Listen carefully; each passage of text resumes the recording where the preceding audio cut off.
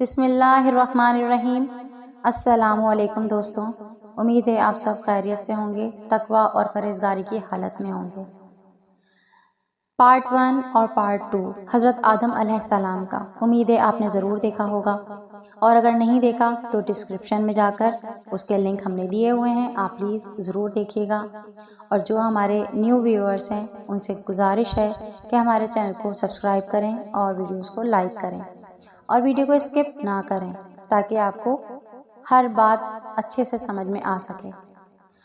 تو پچھلے پارٹس میں آپ نے دیکھا تھا کہ کس طرح انسانی تخلیق وجود میں آئی اور کس طرح دنیا پہ پہلا انسان بھیجا گیا، اور پھر کس طرح سے اولاد آدم آئی اور پھر کس طرح حابیل کو قتل کیا گیا، یعنی دنیا میں پہلا قتل ہوا۔ تو چلیے اس کے آگے کی کہانی۔ حابیل کے قتل کے بعد قابیل جب فرار ہو کر یمن پہنچا تو ابلیس نے اس کے دل میں یہ وسوسہ ڈالا کہ حابیل کی قربانی اس لیے قبول ہوئی تھی کہ وہ آتش پرست تھا، لہٰذا اس نے آتش پرستی شروع کر دی۔ یوں زمین پر آگ کی پوجا کا آغاز ہوا۔ حضرت آدم علیہ السلام قابیل سے حابیل کے خون کا قصاص لینا چاہتے تھے۔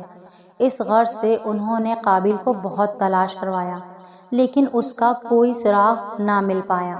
حضرت آدم علیہ السلام کی وفات تک وہ ان کے روبرو نہیں آیا۔ حضرت آدم علیہ السلام کے بعد ان کے فرزند ارجمند حضرت شیث علیہ السلام کا زمانہ آیا۔ ان کے زمانے میں بھی قابیل روپوش ہی رہا۔ دین حق کی دعوت۔ زندگی کے آخری ایام میں حضرت آدم علیہ السلام پر یہ وحی نازل ہوئی کہ وہ یمن پہنچیں اور وہاں سے آتش پرستوں کو دین حق کی طرف بلائیں۔ حکم ربانی کی تعمیل میں حضرت آدم علیہ السلام نے یمن کا رخ کیا۔ قابیل کو جب والد کی آمد کا پتہ چلا تو خوف کے سبب وہ یمن سے بھی روپوش ہو گئے۔ جب آپ یمن میں فرض رسالت ادا کر رہے تھے تو اولاد قابیل یعنی قابیل کی اولاد نے آپ علیہ السلام سے معجزہ طلب کیا۔ آپ علیہ السلام نے سنگ خارا سے پانی جاری کیا۔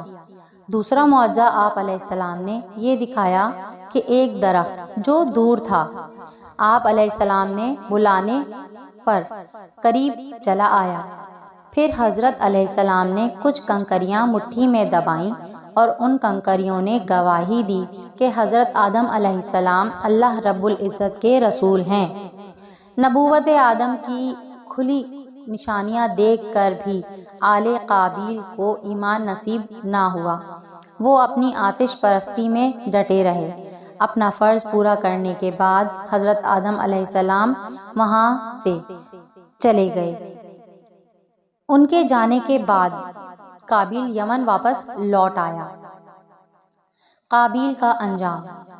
قابیل کا انجام یہ ہوا کہ آخر عمر میں اس کا رنگ تاریک رات کی طرح سیاہ ہو گیا تھا۔ بھائی کے خون اور آتش پرستی جیسے گناہوں کی پھٹکار نے اس کے چہرے پر مستقل ڈیرے ڈال لیے تھے۔ اس کی صورت ایسی ہو گئی تھی کہ لوگ دیکھ کر خوف کھاتے تھے اور پتھر مارتے تھے۔ ایک روز وہ کسی کوچے سے گزر رہا تھا کہ ایک لڑکے نے اسے ایسا پتھر مارا کہ وہ ہلاک ہو گیا۔ اولاد آدم۔ حضرت آدم علیہ السلام کی اولاد بعض روایات میں 120، بعض میں 40 تھیں۔ ان میں نصف لڑکے اور نصف لڑکیاں تھیں۔ اس اولاد میں حضرت شیث علیہ السلام کی پیدائش حابیل کے قتل کے 5 سال بعد ہوئی۔ اس کے 130 سال بعد حبود پیدا ہوئے۔ حضرت آدم علیہ السلام کے وفات کے بعد ان کی نسل سے موجود زندہ افراد کی تعداد 40,000 تھی۔ وفات حضرت آدم۔ حضرت آدم علیہ السلام کی وفات کا وقت قریب آیا تو آپ علیہ السلام کے تمام بیٹے سوائے حابیل کے زندہ تھے۔ تمام بیٹوں نے اپنے والد کے پاس آ کر عرض کی کہ ہم کچھ اثاثے چاہتے ہیں۔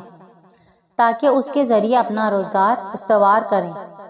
حضرت آدم علیہ السلام نے دعا کی، آسمانوں سے حضرت جبرائیل علیہ السلام کچھ سونا اور چاندی لے کر اترے۔ اولاد آدم علیہ السلام نے ان چیزوں کو ناکافی جانا۔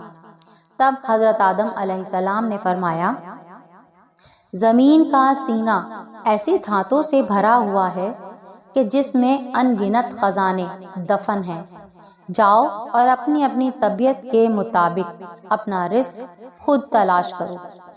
جب آپ علیہ السلام کی طبیعت زیادہ ناساز ہوئی تو اپنے اولاد سے فرمانے لگے، قریب ہے کہ میں دنیا سے پردہ کر جاؤں، میرا قائم مقام میرا بیٹا شیس ہوگا، تم سب اس کی فرما برداری کرنا۔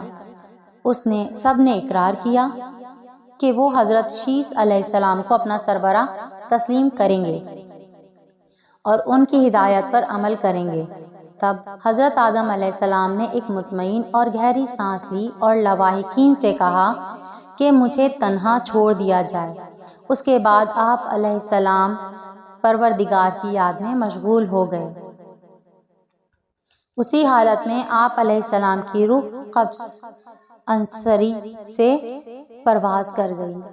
حضرت آدم علیہ السلام کی روح قبض کرنے کے بعد باقی آنے والے فرشتوں نے آپ علیہ السلام کو غسل دیا، جنت سے لائی گئی خوشبو لگائی گئی، پھر جنت سے لایا گیا کفن پہنایا، آپ علیہ السلام کی قبر کھودی اور لحد تیار کی، پھر انہوں نے آپ علیہ السلام کی نماز جنازہ ادا کی، پھر انہیں قبر میں رکھ کر اوپر سے مٹی ڈال دی۔ پھر فرشتوں نے کہا، جناب آدم علیہ السلام کے بیٹوں، تمہارے لیے یہی طریقہ ہے، یعنی اپنے مردوں کو کفن پہنا کر قبر میں رکھنا اور ان کی نماز جنازہ ادا کرنا۔ اس نماز جنازہ میں آپ علیہ السلام کی شریک حیات حضرت بی بی حوا علیہ السلام اور تمام بیٹیاں بھی شریک تھیں۔ تدفین کے بعد 2 برس تک آل آدم علیہ السلام تربت آدم علیہ السلام پر موجود رہی۔ بعد ازاں سب اپنے اپنے علاقوں کو روانہ ہو گئے۔ حضرت آدم علیہ السلام اور بی بی حوا علیہ السلام کی تدفین کوہ سراندیب پر ہوئی تھی۔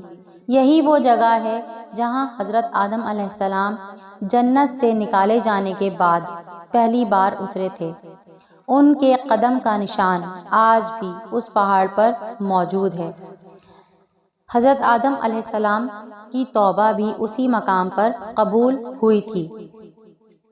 ایک زمانے تک حضرت آدم علیہ السلام اور بی بی حوا علیہ السلام کی قبریں کوہ سراندیب پر موجود رہیں، یہاں تک کہ طوفان نوح علیہ السلام آیا۔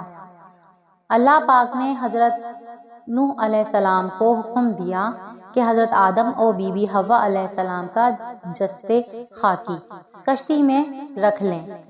بعد ازاں حضرت خضر علیہ السلام نے ان باقیات کو بیت المقدس میں دفن کیا۔ تو یوں حضرت آدم علیہ السلام کا آج قصہ اپنے اختتام کو پہنچا۔ امید ہے دوستوں آپ سب کو یہ بہت پسند آیا ہوگا۔ درود شریف پڑھتے رہا کریں، عبادت میں مشغول رہا کریں، کیونکہ یہی ہمارے ساتھ جائے گا۔ ویڈیو پسند آتی ہے تو پلیز چینل کو لائک اور سبسکرائب کریں۔ اگلی ویڈیو پر ملتے ہیں، تب تک کے لیے اللہ حافظ۔